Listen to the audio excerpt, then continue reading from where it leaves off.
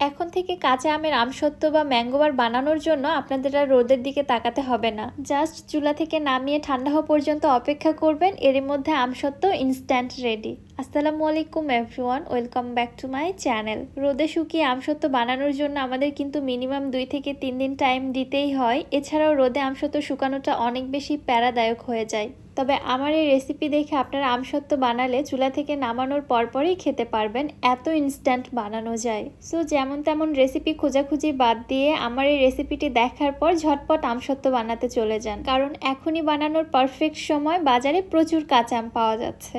বিসমিল্লাহ। আমসত্ত্ব বানানোর জন্য এখানে 1 কেজি কাঁচা আম আমি আগে থেকেই খুব ভালোভাবে ধুয়ে পরিষ্কার করে ছোট টুকরো করে কেটে নিয়েছি।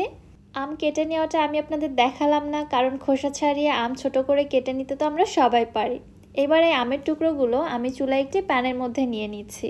সাথে দিয়ে দিচ্ছি 1 কাপ পানি। চেষ্টা করবেন পানির পরিমাণটা যত কম দেওয়া যায় আর কি, এতে করে পরবর্তীতে আমসত্ত্বটা আমাদের বেশিক্ষণ ধরে জাল করতে হবে না। পানি যত কম দিতে পারবেন আমসত্ত্বটা তত দ্রুত তৈরি করা যাবে। পানিটা দেওয়ার পরে এবার চুলাটিকে জ্বালিয়ে আমের টুকরোগুলোকে খুব ভালোভাবে সেদ্ধ করে নিতে হবে। জাল করতে করতে দেখতে পাচ্ছেন আমের টুকরোগুলো কিছুটা সেদ্ধ হয়ে গলতে শুরু করেছে, তবে এখনও কিন্তু পুরোপুরিভাবে সেদ্ধ হয়নি। একদম পুরোপুরি সেদ্ধ হয়ে গলে আসা পর্যন্ত আমি এগুলোকে জাল করে নিচ্ছি। এই পর্যায়ে আমের টুকরোগুলো খুব সুন্দরভাবে সেদ্ধ হয়ে গেছে, দেখতে পাচ্ছেন সম্পূর্ণ গলে গেছে। আমি একটু ভালোভাবে জোরে সোরে নাড়াচাড়া করে নিয়ে আরও একটু গলিয়ে নিচ্ছি, এতে করে আমের মিশ্রণটা ছেঁকে নিতে সুবিধা হবে। এবারে আমের মিশ্রণটা চুলা থেকে নামিয়ে কিছুটা ঠান্ডা করে নিয়েছি। ঠান্ডা হওয়ার পর একটি স্ট্রেনারে নিয়ে ছেঁকে নিচ্ছি। এই কাজটা অবশ্যই করতে হবে যদি আপনি একদম মসৃণ এবং সফট আমসত্ত্ব তৈরি করতে চান। ছেঁকে নেওয়ার পরে দেখুন আমের বীজের সঙ্গে যে সাদা অংশটা থাকে ওইটা কিন্তু আলাদা হয়ে গেছে। যদিও এই আমের মধ্যে আঁশ নেই, তবে আঁশ জাতীয় আম নিলে কিন্তু অবশ্যই ছেঁকে নেবেন, আঁশটাকে আলাদা করে ফেলতে হবে। এই পর্যায়ে আমের মিশ্রণটাকে একটু নেড়েচেড়ে ভালোভাবে মিশিয়ে নিচ্ছি। আর দেখতেই পাচ্ছেন এই মিশ্রণটা কিন্তু এখন বেশ পাতলা আছে।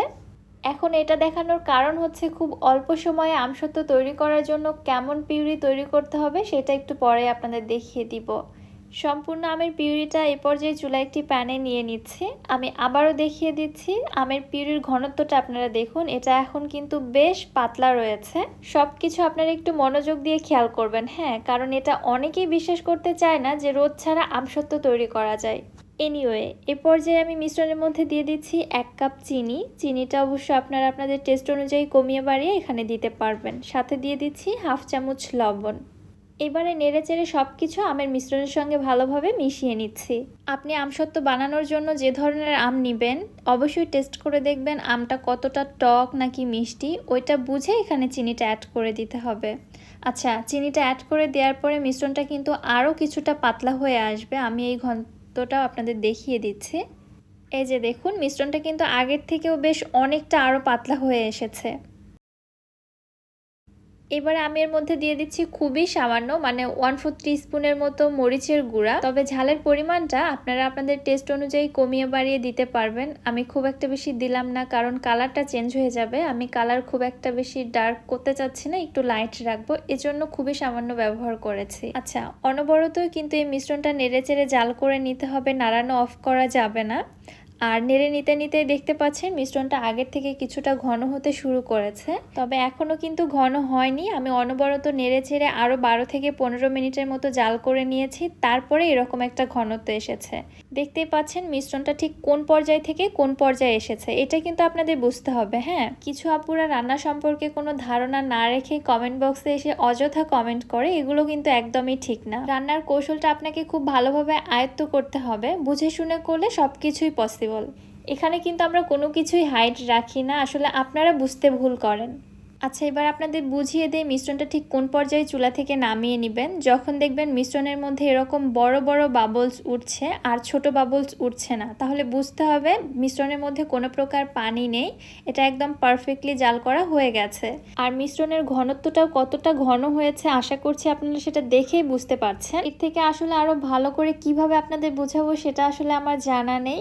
যাই হোক, এ পর্যায়ে আমি মিশ্রণটা চুলা থেকে নামিয়ে নিচ্ছি এবং সঙ্গে সঙ্গে এটা কোনো ট্রেতে ট্রান্সফার ট্রান্সফার করে নিতে হবে। আমি একটি স্টিলের ট্রেতে এটা সেট করে নিব। আমি একটি স্টিলের ট্রেতে সামান্য পরিমাণে সরিষার তেল ব্রাশ করে নিচ্ছি। তেলটা ব্রাশ করলে আমসত্ত্বটা ট্রে থেকে খুব সহজেই ওঠানো যায় আর কি। এই পর্যায়ে দেখুন মিশ্রণটা কিন্তু প্যানে জমে যেতে শুরু করেছে। সো একদমই দেরি করা যাবে না, মিশ্রণটা সঙ্গে সঙ্গে আমি ট্রেতে ঢেলে নিচ্ছি এবং সঙ্গে সঙ্গে এটাকে খুব ভালোভাবে ট্রের মধ্যে স্প্রেড করে নিচ্ছি যেন সব দিক থেকে সমানভাবে ছড়িয়ে যায়। এবার আর কিছুই করতে হবে না, এই ট্রেটিকে আমি ফ্যানের বাতাসে অথবা এমনি থেকে রেখে দেব জাস্ট এটা ঠান্ডা হয়ে আসা পর্যন্ত। যতক্ষণ এটা ঠান্ডা হতে টাইম লাগবে আমসত্ত্বটা সেট হতে ঠিক ততটাই টাইম লাগবে। এটা রোদে দেওয়া বা চুলার নিচে দিয়ে শুকিয়ে নেওয়ার কোনো প্রয়োজন নেই। ঠান্ডা হওয়ার পরে দেখতে পাচ্ছেন আমার এখানে আমসত্ত্বটা খুব সুন্দরভাবে সেট হয়ে গেছে মাশাআল্লাহ। আমি আমসত্ত্বের পুরুত্বটা একটু মোটা রেখেছি, আপনারা যদি পাতলা করে তৈরি করতে চান তাহলে আপনারা একটু পাতলা করে ছড়িয়ে দিবেন। আমি যে পরিমাণে আমসত্ত্ব বানিয়েছি সেটা একটি ট্রেতেই নিয়েছি, এতে করে এটা অনেক বেশি মোটা হয়েছে। আমার কাছে এরকমটাই ভালো লাগে আর কি। এবার আমসত্ত্বটা আমি আমার পছন্দ মতো কেটে নিচ্ছি, আপনারা আপনাদের পছন্দ মতো কেটে এটা সংরক্ষণ করে রেখে দিতে পারেন। আচ্ছা, এই আমসত্ত্বটা সংরক্ষণ করার জন্য কিন্তু অবশ্যই আপনাকে রোদে দিতে হবে, এইভাবে আসলে সংরক্ষণ করা যায় না, এতে ফাঙ্গাস পড়ে যেতে পারে। তবে আমসত্ত্ব যেহেতু খুবই পছন্দের জিনিস সবারই, 1 বছর পর্যন্ত বা 6 মাস পর্যন্ত তো বাসায় সংরক্ষণ করে কেউই রাখে না আমার মনে হয়। আপনারা যদি সংরক্ষণ করে রেখে দিতে চান তাহলে অবশ্যই একটু মাঝে মাঝে রোদে দিয়ে রেখে দিবেন, তাহলে এটা 1 বছর পর্যন্ত ভালো থাকবে।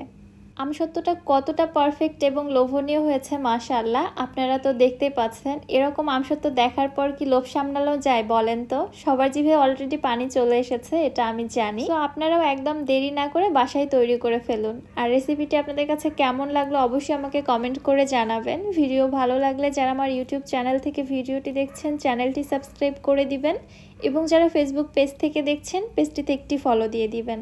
আজকের মতো তাহলে এখানেই বিদায় নিচ্ছি। সবাই ভালো থাকবেন, সুস্থ থাকবেন। আল্লাহ হাফেজ।